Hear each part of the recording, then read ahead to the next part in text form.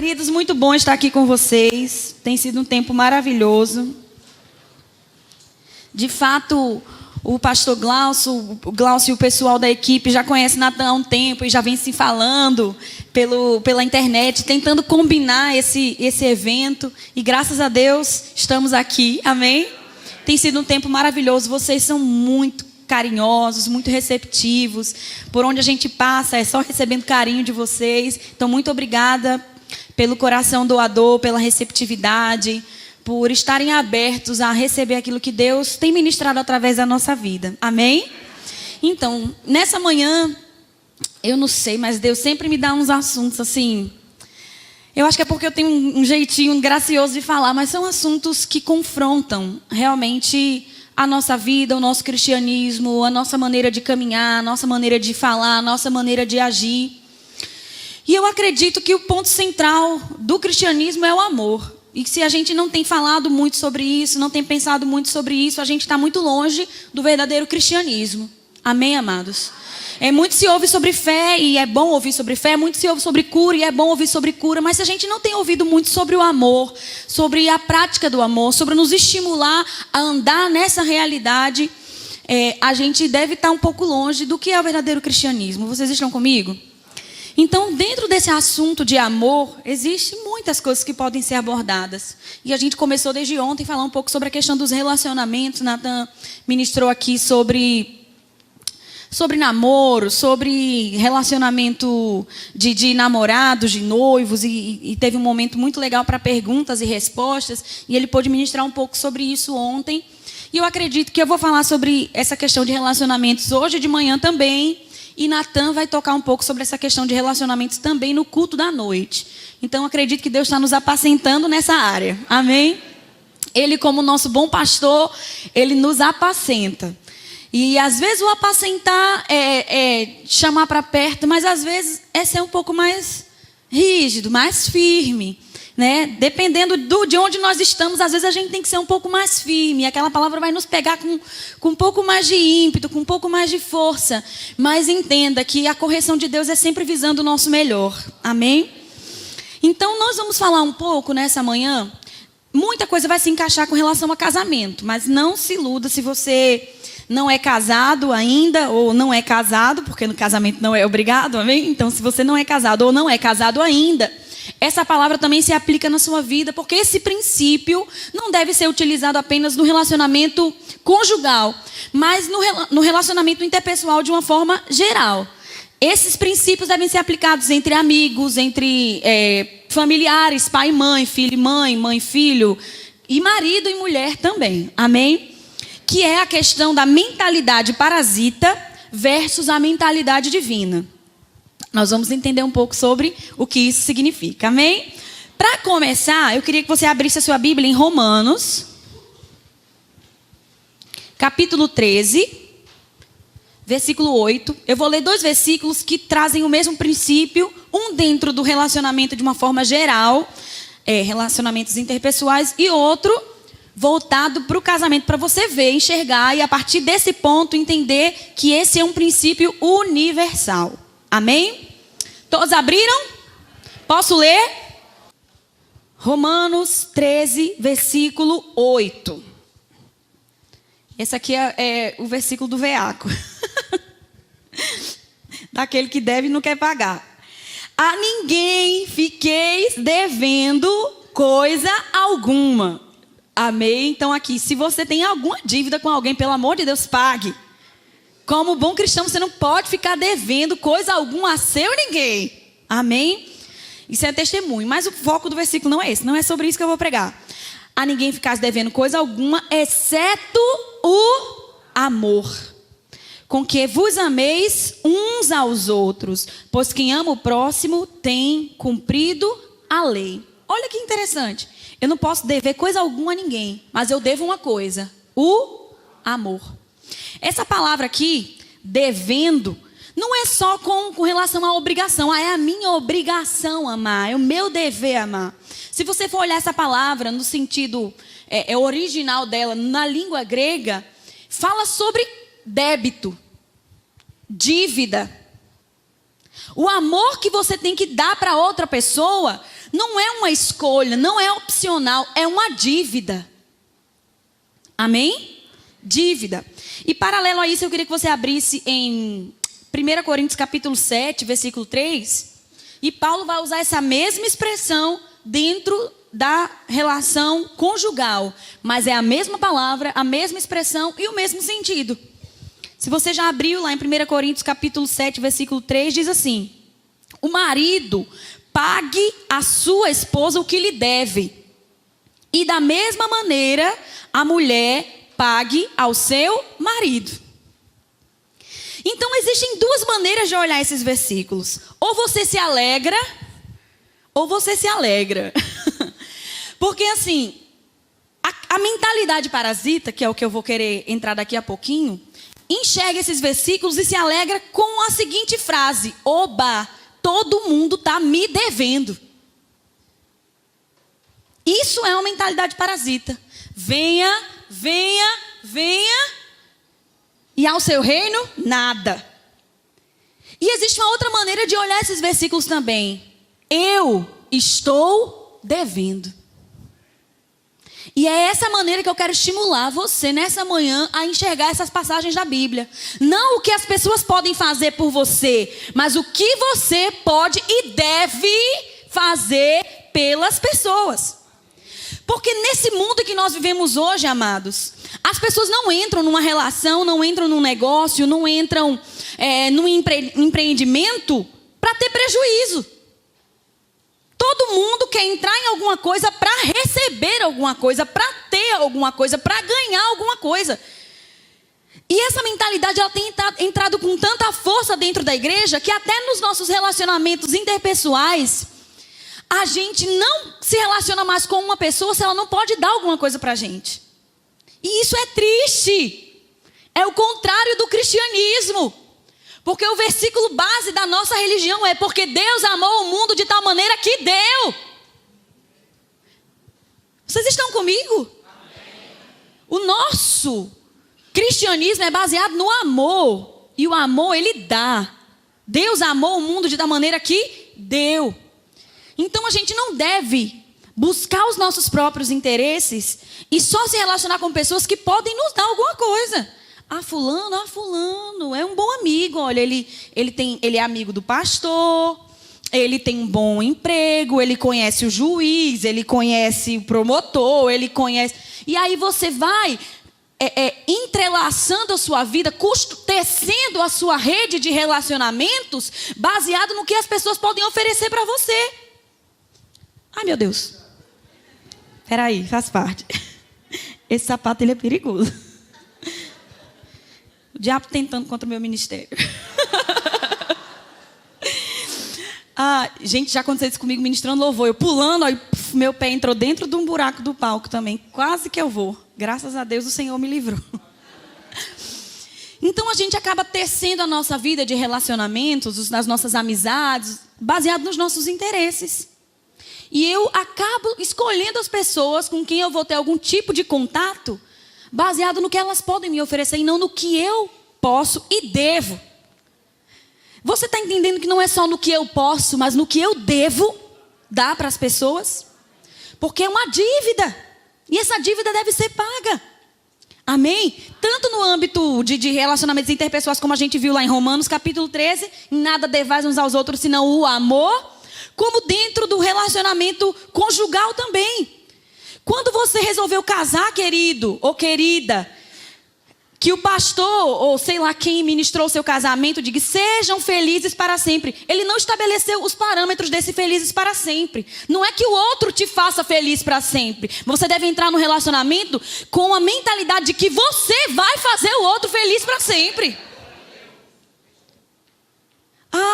Porque tantas pessoas têm se divorciado hoje em dia. O fulano não me faz mais feliz. O fulano não me realiza mais. O fulano não me elogia mais. Mas será que você está fazendo? Será que você está pagando a sua dívida ou você só está querendo ter? E se você for olhar, não estou dizendo que são todos os casos em que acaba em divórcio, que o problema é esse, mas 80% dos casos é isso: egoísmo.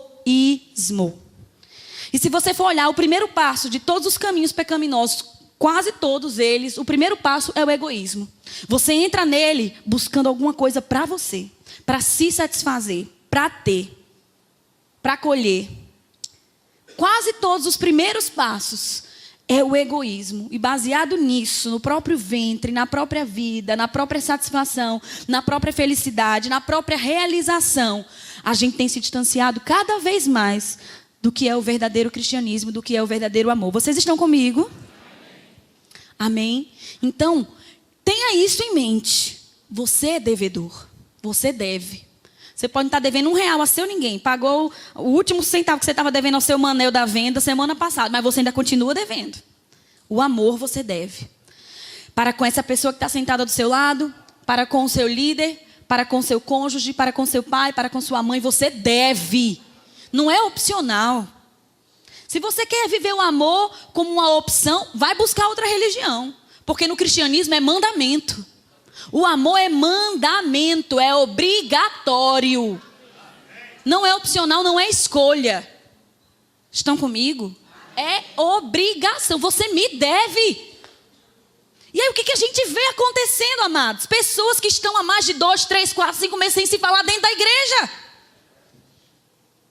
Um irmão entra, senta desse lado, você já vê, já coloca a sua Bíblia lá do outro, para não cruzar, para não falar. E aproveita essa pregação hoje para sondar o seu coração e ver se tem alguém aqui com quem você não está falando. Porque hoje é o dia de colocar essa coisa do inferno que se alojou dentro do seu coração para fora. Porque intriga, inimizade, facção, dissensão, isso é obra da carne. Está longe de ser o fruto do Espírito. Amém? Então você tem a obrigação, o dever de amar as pessoas. Mas eu não gosto do jeito dela. Não estou dizendo que você tem que ser a melhor amiga dela, não. Você tem que fazer compra todo dia com ela. Não, não é isso que eu estou falando. Mas o amor você deve.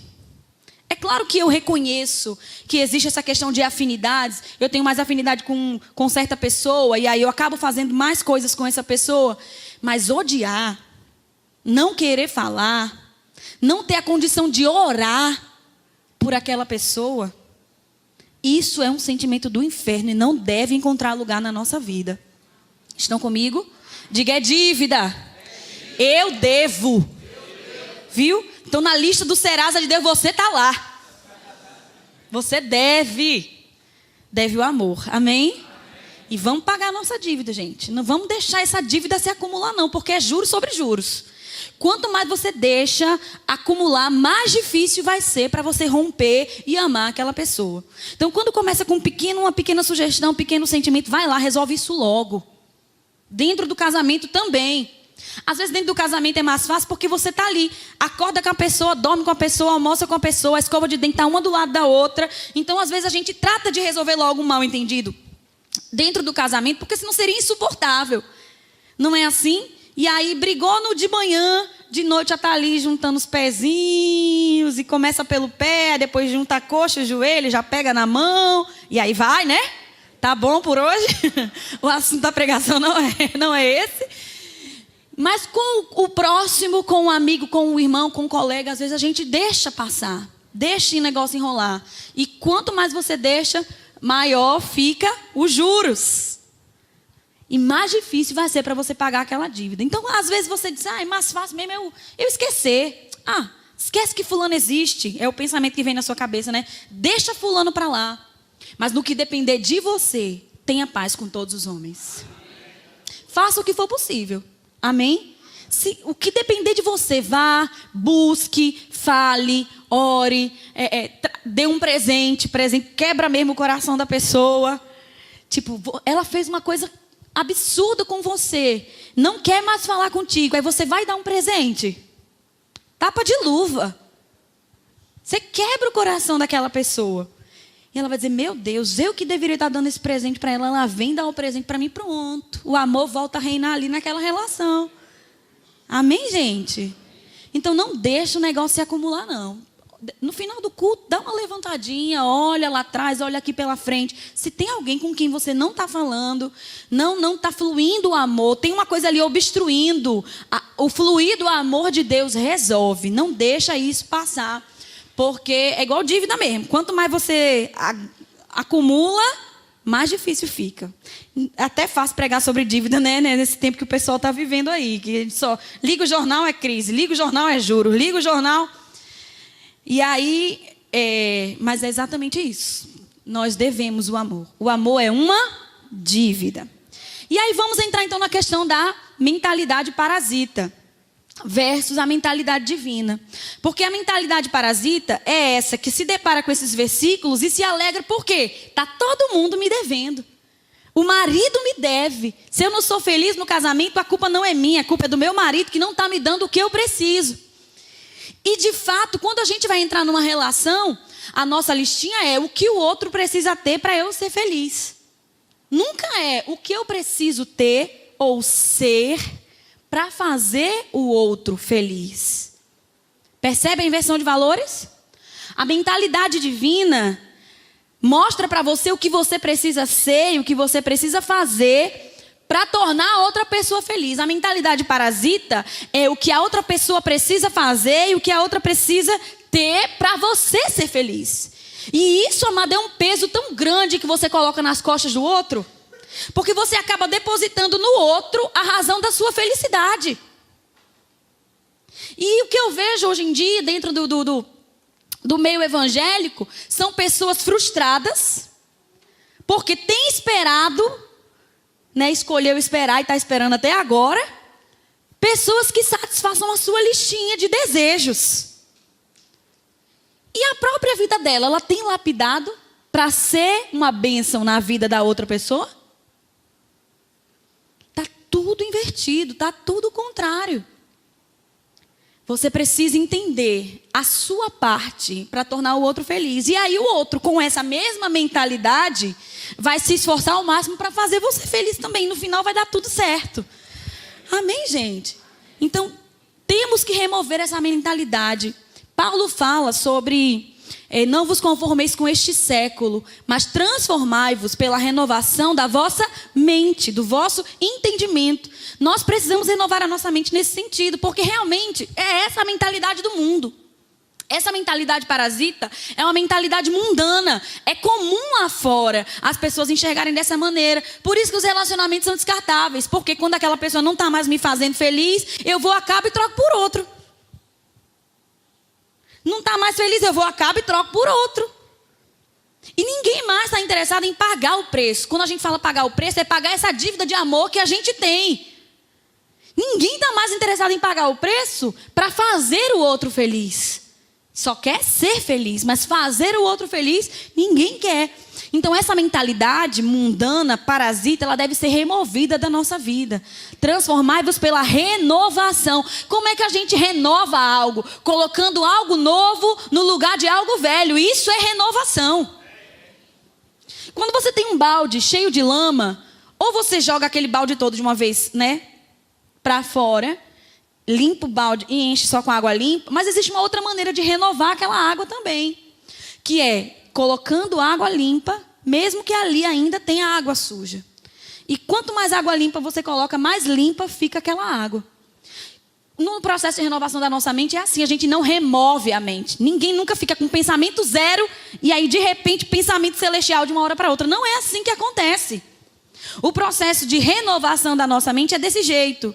Você pode ter pensamentos totalmente errados, herdados da sua antiga maneira de viver. E como é que você vai colocar pensamentos de Deus no lugar? Molhando com a palavra. Deixando a palavra fluir naquela área. E aí vai acontecer uma renovação, vai ficando cada vez mais limpo, cada vez mais limpo, cada vez mais limpo, até estar completamente limpo. Esse é o processo pelo qual nós passamos sempre. Amém? Só que tem um detalhe, quando você para de colocar água dentro de um balde, deixa ele ali parado por um tempo, acontece uma coisa errada também, não acontece? Cria lodo, zika, Aedes aegypti, que prolifera a zika. Então a gente não pode deixar áreas de pensamentos paradas na nossa vida. A gente acha, mas já estudei tanto sobre isso, já pensei tanto sobre isso, já meditei tanto sobre isso. Nunca é demais. Você precisa continuar meditando sobre essas coisas. É segurança para você. Porque quanto mais água limpa você coloca, mais renovado fica aquele processo de purificação do seu pensamento, da sua mentalidade, da sua maneira de pensar sobre as coisas da vida. Amém, amados? Então, vamos remover essa mentalidade parasita. Estão comigo? Amém. Qual é o projeto para 2016? Remover a mentalidade parasita e desenvolver uma mentalidade divina. Amém? Aqui em Provérbios, versículo 30.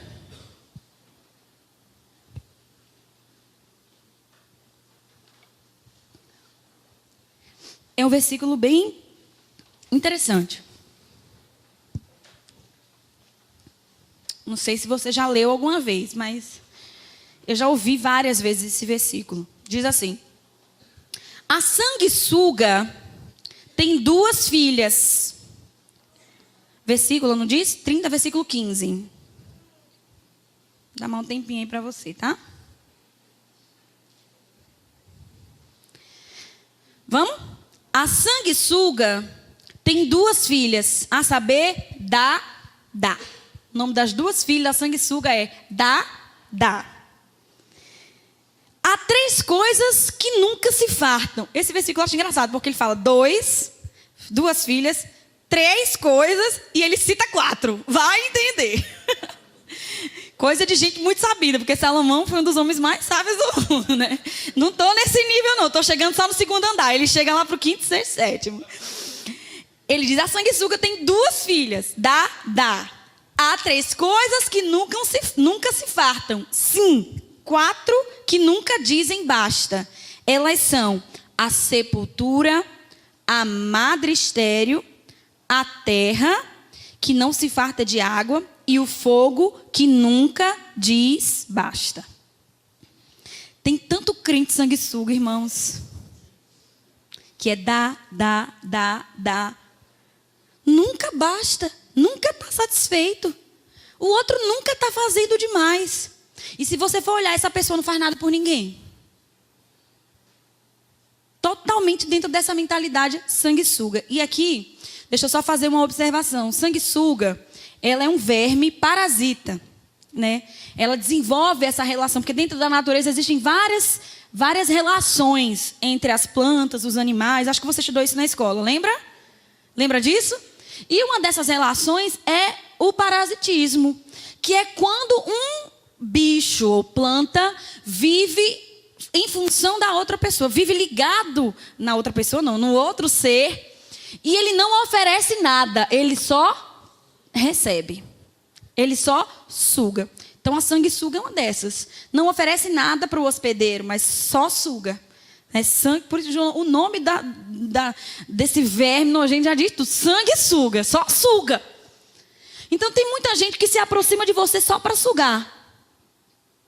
E muitas vezes a gente só se aproxima de algumas pessoas também só para sugar. É só dá. Isso é uma coisa que deve ser evitada, removida da nossa vida. Aí no Wikipedia diz assim: parasitas são organismos que vivem em associação com outros, dos quais retiram os meios para a sua sobrevivência, normalmente prejudicando o organismo hospedeiro. Um processo conhecido por parasitismo. Todas as doenças infecciosas e as infestações dos animais e das plantas são causadas por seres considerados, em última análise, parasitas. O efeito de um parasita no hospedeiro pode ser mínimo, sem lhe afetar as funções vitais, como é o caso dos piolhos. Até pode causar a sua morte, como é o caso de muitos vírus e bactérias patogênicas. Então você vê que existem graus, né? Existem uns que sugam e não fazem efeito nenhum. Você nem vai sentir. Fulano está se aproveitando de mim, não estava nem percebendo. Não está prejudicando a sua vida. Mas em outros casos, aquilo ali pode te consumir até a morte, até você ficar doente, até você se desviar muitas vezes e passar situações bem complicadas. Então a gente tem que equilibrar. A palavra de ordem é equilíbrio. Amém, queridos? Equilibrar as nossas relações. Não só ter, mas também oferecer. E aí vai estar todo mundo ganhando na história. Amém? Então, precisamos equilibrar essa questão. Eu li uma frase que diz assim: quando 2 pessoas entram num relacionamento, né, no caso, num casamento, mas isso se aplica também às outras áreas, só interessado em ter, Quando as duas pessoas entram num relacionamento só interessado em ter, são 2 pulgas e nenhum cachorro.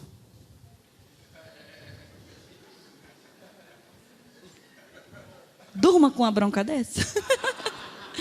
2 pulgas e nenhum cachorro. Não é doido isso, gente? Mas isso acontece. Eu quero, ele também quer. Mas quem é que quer dar? Não, todo mundo só quer ter. 2 pulgas e nenhum cachorro. Onde está o cachorro? O pastor falou. Pode ser o tema, viu, da pregação. Não estou brincando, não. É mentalidade parasita versus mentalidade divina. Mas é assim que muitas vezes tem acontecido. As pessoas entram em relacionamentos só interessadas em ter, em buscar, em absorver, em ganhar, nunca em dar. E essa não é a mentalidade divina. Amém? Tanto que a gente tem uma instrução de Deus. Quando uma pessoa vai se casar, ela tem que ter um tempo ali dedicado para oferecer para o cônjuge, para a pessoa, aquilo que ela precisa. Ninguém deveria casar para ser feliz, e sim para fazer o outro feliz. Amém? E está lá em Deuteronômio, capítulo 24. Capítulo 24, versículo 5. Olha que interessante. Dentro da própria lei, Deus estabeleceu esse princípio para mostrar como ele se importa com isso. E como essa é a base realmente do relacionamento conjugal. 24, versículo 5. O homem recém-casado não sairá à guerra, nem lhe imporá qualquer encargo. Por 1 ano ficará livre em casa e proverá felicidade à mulher que tomou. Olha que lindo. Deus estabeleceu na lei que o homem que é soldado não vai à guerra durante 1 ano para ficar em casa e prover felicidade à mulher que ele tomou. Não é interessante que não diz assim, para receber a felicidade da mulher que tomou? Não, ele vai prover a felicidade. Prover a felicidade. Amém? Dentro da relação conjugal, existem os deveres da mulher e existem os deveres do homem. A mulher tem que cumprir bem o seu papel e o homem também, para que o casamento deslanche, para que o casamento esteja firme, esteja fortalecido. E você deve começar a olhar para esses deveres como dívida mesmo. Amém?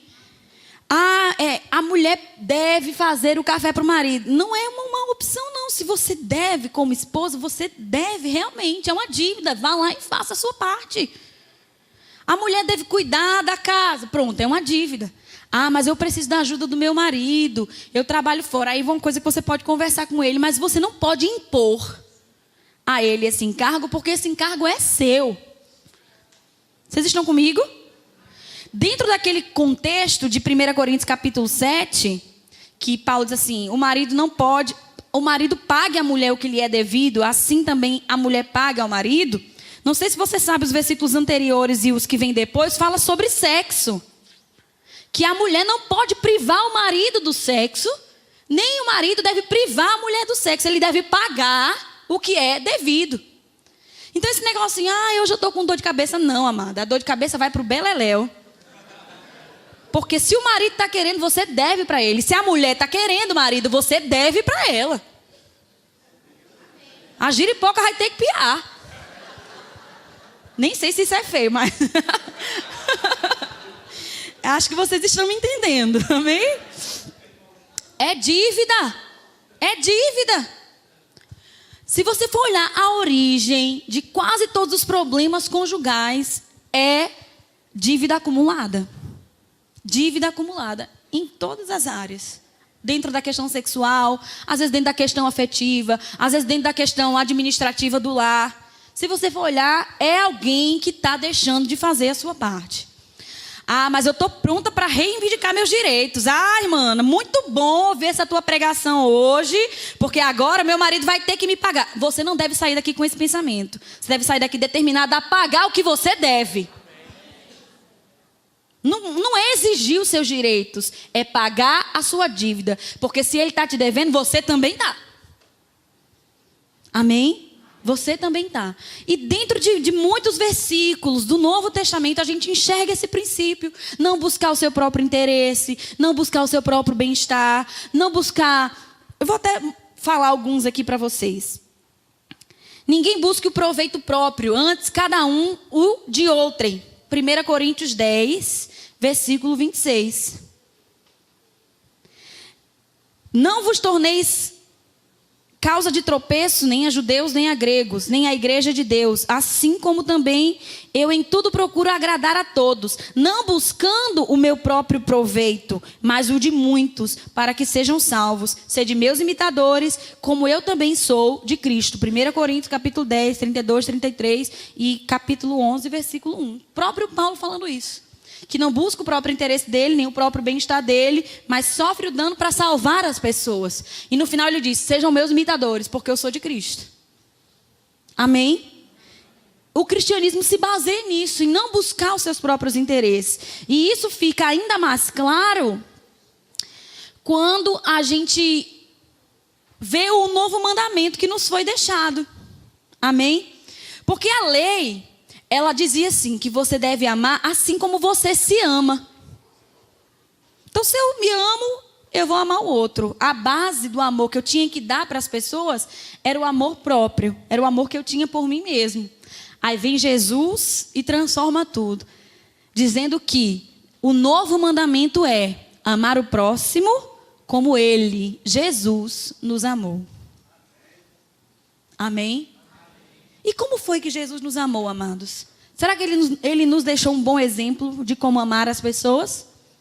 Já que Ele manda a gente amar como Ele nos amou, a gente precisa entender como foi que Ele nos amou. E a gente tem um retrato claro desse amor de Jesus lá em Filipenses capítulo 2. Eu quero que você abra lá comigo.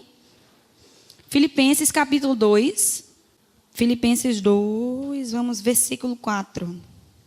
Não tenha cada um em vista o que é propriamente seu. O que é isso aqui? Mentalidade parasita. Tendo em vista, focado no que é só meu. Senão também cada qual o que é dos outros. Então eu tenho que tirar o foco de mim e colocar o foco nos outros. Amém? Você tem que mudar, é como uma câmera. Você tem que mudar o foco. É interessante, Natan, ele gosta dessas coisas de câmera. E aí, às vezes, quando ele está ministrando, eu pego a câmera para tirar foto. E é interessante como um pequeno ajuste tira o foco de uma coisa que está aqui e coloca o foco de uma coisa que está um pouco mais atrás. Um pequeno ajuste na lente.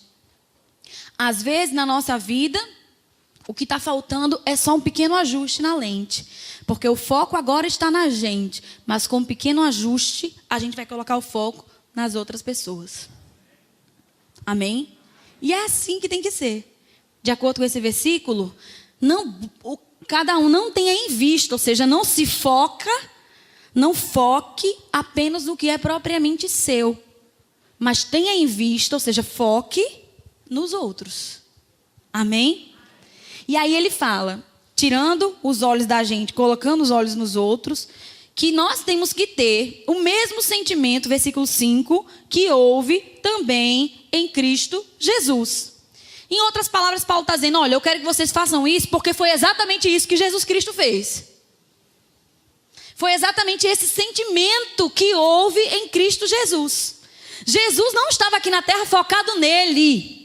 Quando ele se fez homem, habitou entre nós, o verbo se fez carne, habitou entre nós. Ele não veio aqui para a terra, amado, para conseguir um novo posto, para diminuir a concorrência com os falsos deuses, para fundar uma nova religião. Não foi essa a motivação de Jesus. Quando ele desceu como homem, morreu como homem por mim e por você, era de fato olhando para nós.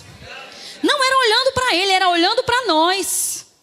O foco de Jesus ali na cruz não era ele. Mas era a humanidade. Eram os outros. Será que a gente está vivendo a vida desse jeito?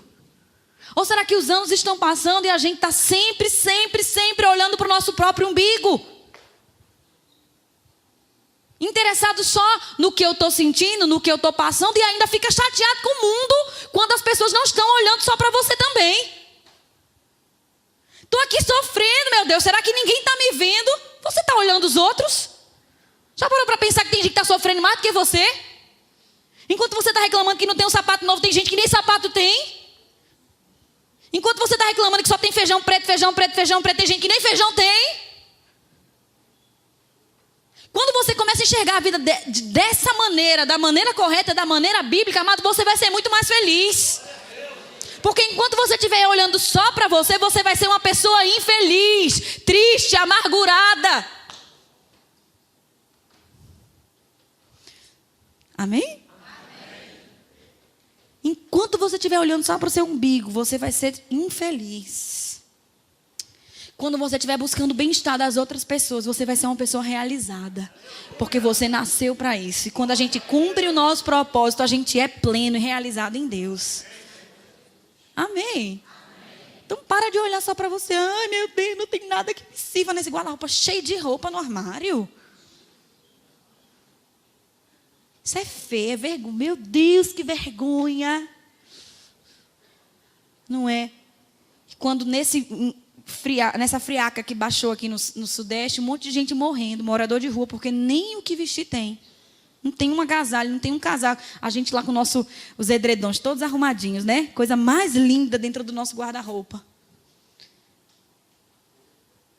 Eu sei que isso é forte, né, gente? Mas é a realidade, ela é dura. A gente ficando triste. Ah, não comprei um edredom novo esse ano. Vou usar aquele mesmo velho edredom do ano passado. A minha cama vai estar com aquele mesmo edredom lá forrado. Tem gente que nem edredom tem. Nem coxa tem. Está morrendo de frio.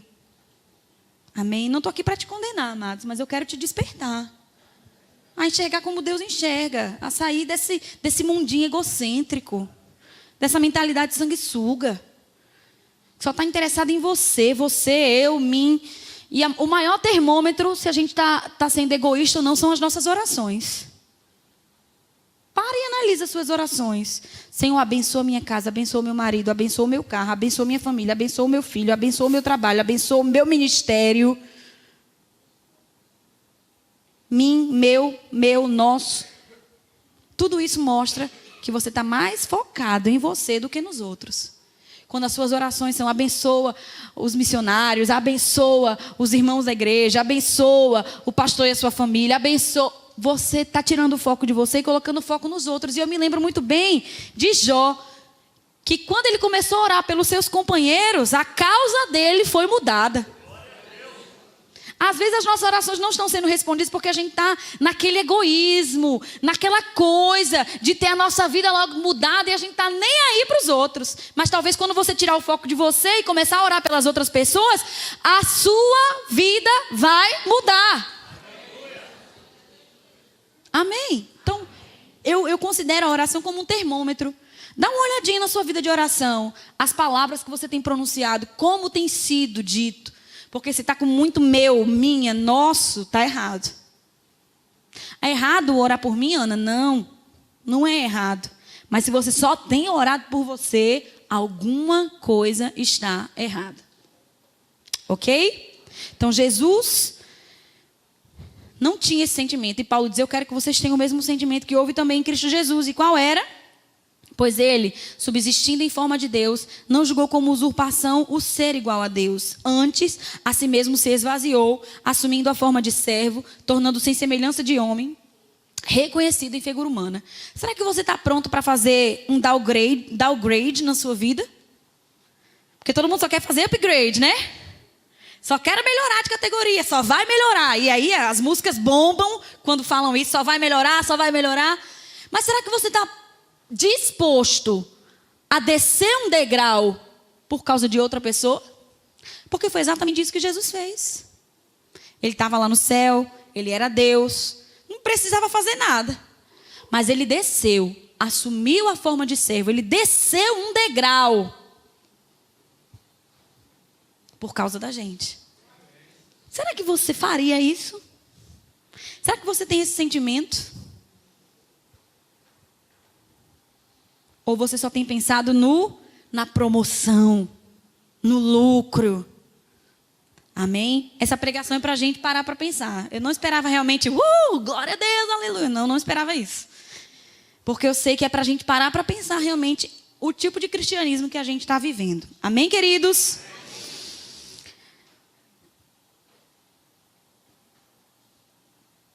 Quando a Bíblia fala assim, ter em vista o que é propriamente seu, essa expressão ter em vista, no grego é olhar, observar, contemplar, marcar, fixar os olhos em alguém, dirigir a atenção para alguém. É realmente mudar o seu foco. E nós somos estimulados porque Jesus fez isso por mim e por você. Amém? Olha só o que diz lá em Mateus, capítulo 7, versículo 12.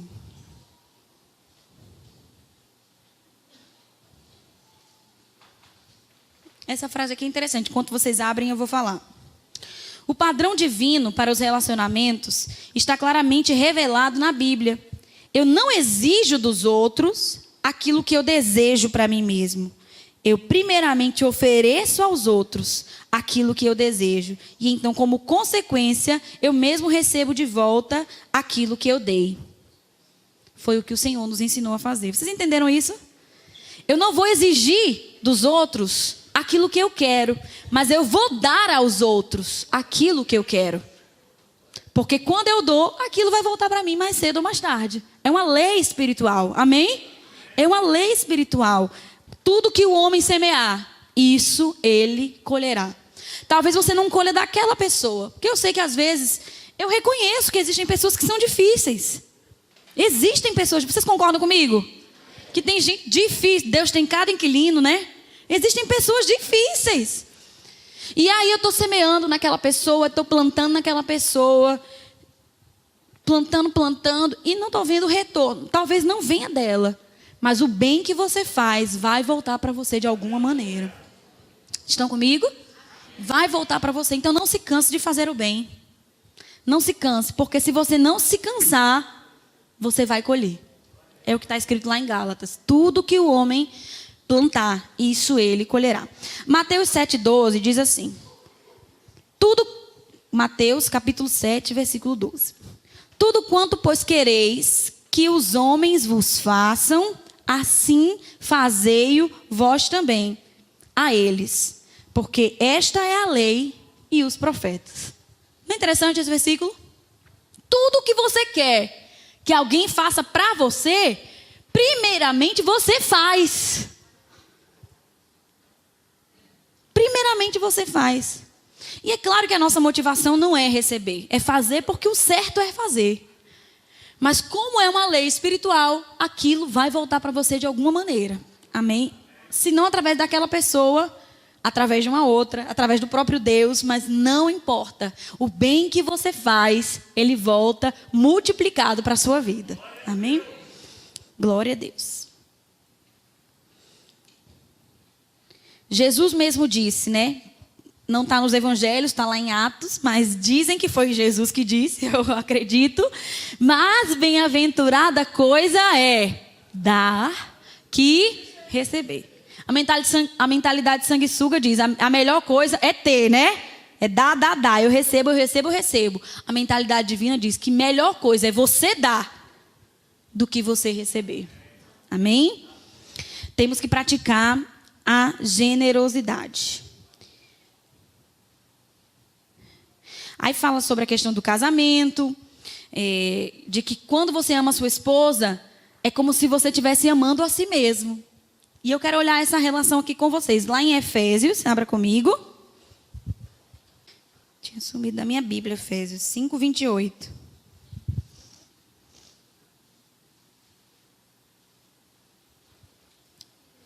Assim também os maridos devem, e aqui se eu for olhar, com certeza é a mesma palavra, de dívida, exatamente, a mesma palavra que está lá em Romanos 13, nada devais uns aos outros, que está lá em 1 Coríntios capítulo 7, que o marido deve pagar a esposa o que ele é devido e a mulher pagar o marido o que ele é devido, é a mesma palavra. E aqui também a mesma expressão. Assim também os maridos devem amar a sua esposa como ao próprio corpo.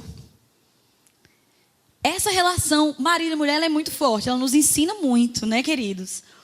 Porque quando você Tá amando o seu cônjuge é como se você estivesse se amando, amando ao próprio corpo. E também você deve dar o amor à sua esposa como se fosse a você mesmo. Amando ao próprio corpo, como ao próprio corpo.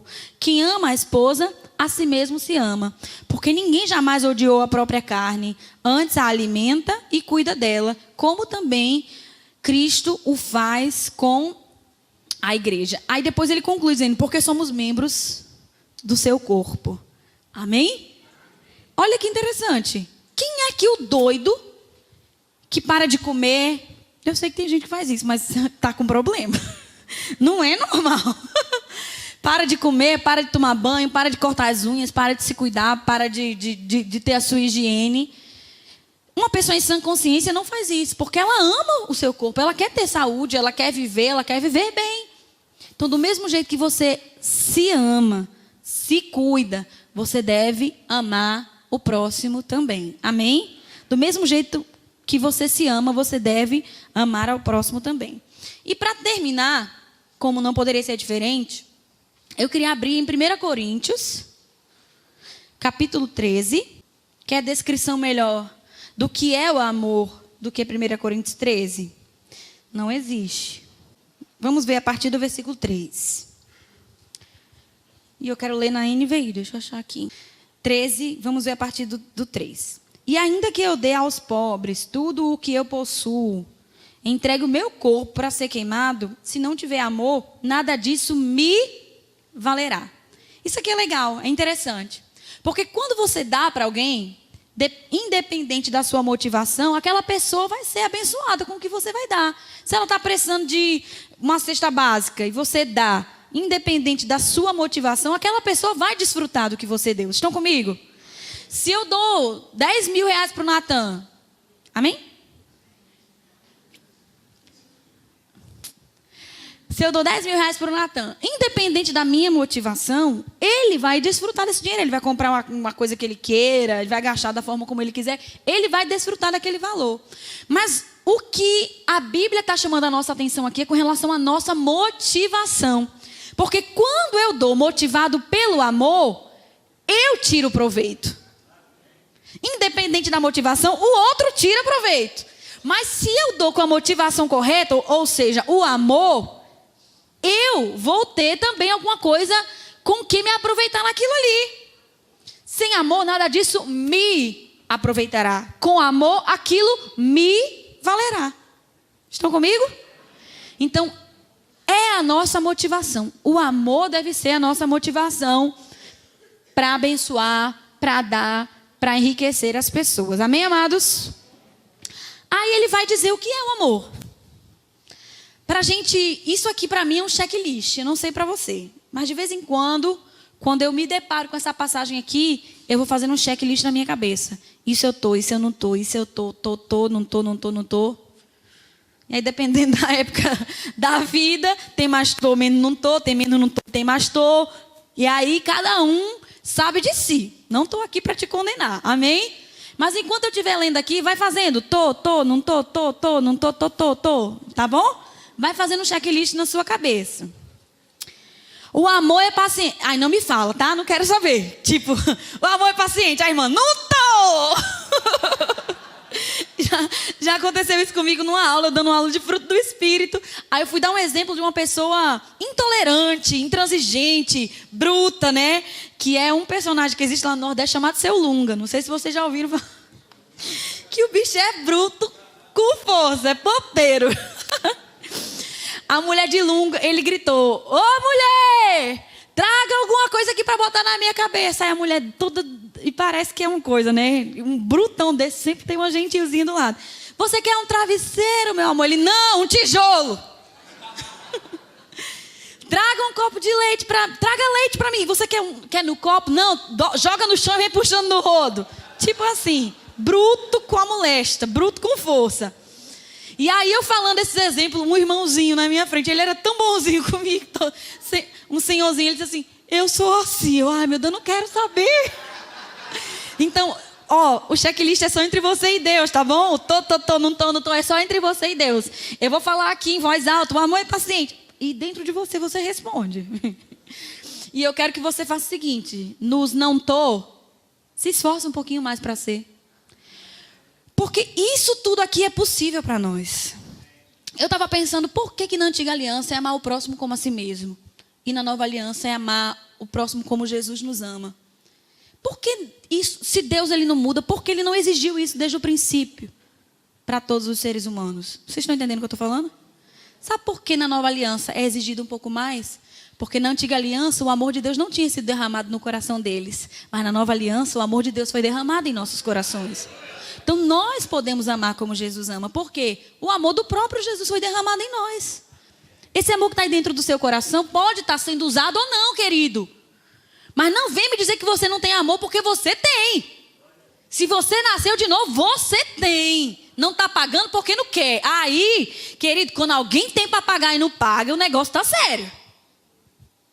Você não concorda? Quando você olha assim, um pobre, meu Deus, ele está me devendo, mas ele nem tem, não tem nem para comer, não tem. Aí você até se compadece, tenta perdoar, tenta ajudar, tenta arrumar um emprego para ele, tenta de alguma maneira, né, ajudar, porque ele realmente não tem, você está vendo, ele não tem para pagar. Mas quando o sujeito tem, não paga. Pense na raiva que dá. O fulano está te devendo 15 mil, ele tem, acabou de comprar um carro novo, o miserável não lhe paga. Aí dá raiva. Então, com amor é do mesmo jeito, é para a gente ficar indignado mesmo, porque você tem o amor dentro de você, você não está sendo paciente porque você não quer, não está sendo benigno porque não quer. Você está entendendo? Você tem o potencial dentro de você para fazer isso. Então, quando a gente vê aqui no checklist, não estou. Se esforça para fazer, porque você pode. Amém? Vamos lá. Agora sai a lista, hein? Já parei aqui na frente para ler bem umas 3 vezes. O amor é paciente.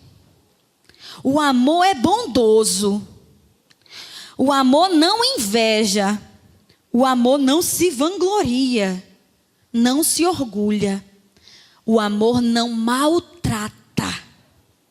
O amor não procura seus próprios interesses. O amor não se ira facilmente. Os crentes pavio curto. Pode fazer nada, ele... Está errado, amado. Aumenta o teu pavio. Longanimidade. Pavio longo. O amor é assim. Não se ira facilmente. Não guarda rancor. Vixe, pensa. O povo tudo guardando esse lixo, esse entulho dentro do coração. Não deixa o teu coração sobrecarregado. Lembra do que Natan pregou aqui no primeiro dia? Que o coração sobrecarregado com as preocupações do mundo te deixa insensível com relação a perceber a volta de Jesus Cristo? Isso é só uma das coisas, que o coração sobrecarregado fica insensível para perceber. Mas isso se encaixa em todas as áreas da sua vida. Você não consegue ser guiado pelo Espírito com o coração pesado, não. Porque é lá no coração que o Espírito te guia, te orienta. Então tira esse lixo. Amém? Não guarda rancor. Eu gosto de uma frase, eu acho que quem ouviu minha pregação do perdão vai lembrar. Quem não perdoa, revira o lixo. Quem perdoa, vira a página. Amém? Então não guarda essas coisas dentro de você, não. Bola para frente. A pessoa pisou na bola contigo, perdoa. Não guarda mágoa, não guarda rancor. Porque mais para frente, talvez você que precise da misericórdia e do perdão dela. Amém? Então não guarda rancor. O amor não se alegra com a injustiça. Se você se depara com uma cena de injustiça na televisão e você ri daquilo, se alegra com aquilo, o fulano perdeu tudo e você, bem que mereceu mesmo esse miserável. Meu Deus do céu, gente. O mal da pessoa, você está se alegrando com isso. Isso não é o amor de Deus. Não se alegra com a justiça, mas se alegra com a verdade. O amor tudo sofre. Aqui, muita gente não quer andar em amor nessa área. Eu vou sofrer? Eu estou aqui para sofrer? Vai sofrer sim. Se você quiser amar, você vai sofrer. Porque o amor é sofredor. Amém? O amor e o flamenguista é sofredor.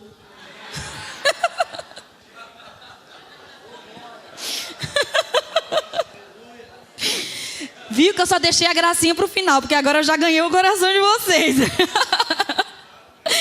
O amor tudo sofre. E quando está ali suportando, aguentando, sofrendo, ele tudo crê. Eu enxergo isso aqui como um processo. Não é ficar sofrendo o resto da vida, não. Só sofrendo, só aguentando. Eu estou aguentando. Você precisa crer. Porque o amor tudo sofre, mas também o amor tudo crê. Amém? Enquanto você estiver ali suportando o sofrimento contra alguém, alguma coisa que alguém fez contra você, você precisa crer, amado. Crer em Deus, crer no melhor daquela pessoa, acreditar que ela vai mudar. Porque se você não está acreditando em nada, você fica sem esperança, sem expectativa de mudança. Ninguém aguenta ficar sofrendo a vida inteira, não. Então o amor tudo sofre, mas logo em seguida o amor tudo crê. Depois o amor tudo espera. E depois o amor tudo suporta. E para acabar com tudo, o amor jamais acaba. Então quando alguém chega no gabinete do pastor e diz assim, vou me separar, pastor, porque o amor acabou. Então não era amor. Porque o amor não acaba. Amém? O amor não acaba. Como é que o amor acabou? Se o amor não acaba. Como é que uma coisa que não acaba se acaba? Então não se acabou. Então não era amor. Ou não era amor, ou não se acabou. Amém? O que acaba às vezes é a nossa decisão e disposição em amar. Mas o amor não acaba. Amém?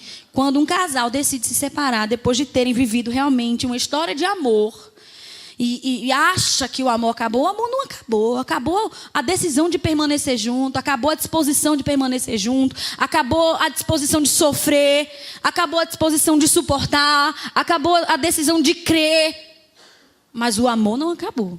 Amém? Porque o amor jamais acaba. Amém, amados? Então que a gente saia daqui nessa manhã, nessa disposição de andar nesse amor que foi derramado no nosso coração, não olhando só para a nossa própria vida, mas muito mais interessado em dar do que em receber. Vamos andar na contramão desse mundo. Amém?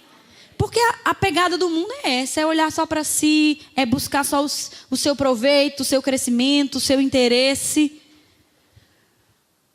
Mas a mentalidade divina é focar no outro e não em si. E isso só é capaz, só é possível através do amor de Deus. Com amor humano você não consegue. Amém? Apenas com afinidade e amizade você não vai conseguir. Se a motivação não for o amor de Deus, você não vai conseguir fazer essas coisas. Mas graças a Deus, o amor dele já foi derramado em nossos corações. Amém? Vamos amar? Amém. Sejam abençoados na prática da palavra.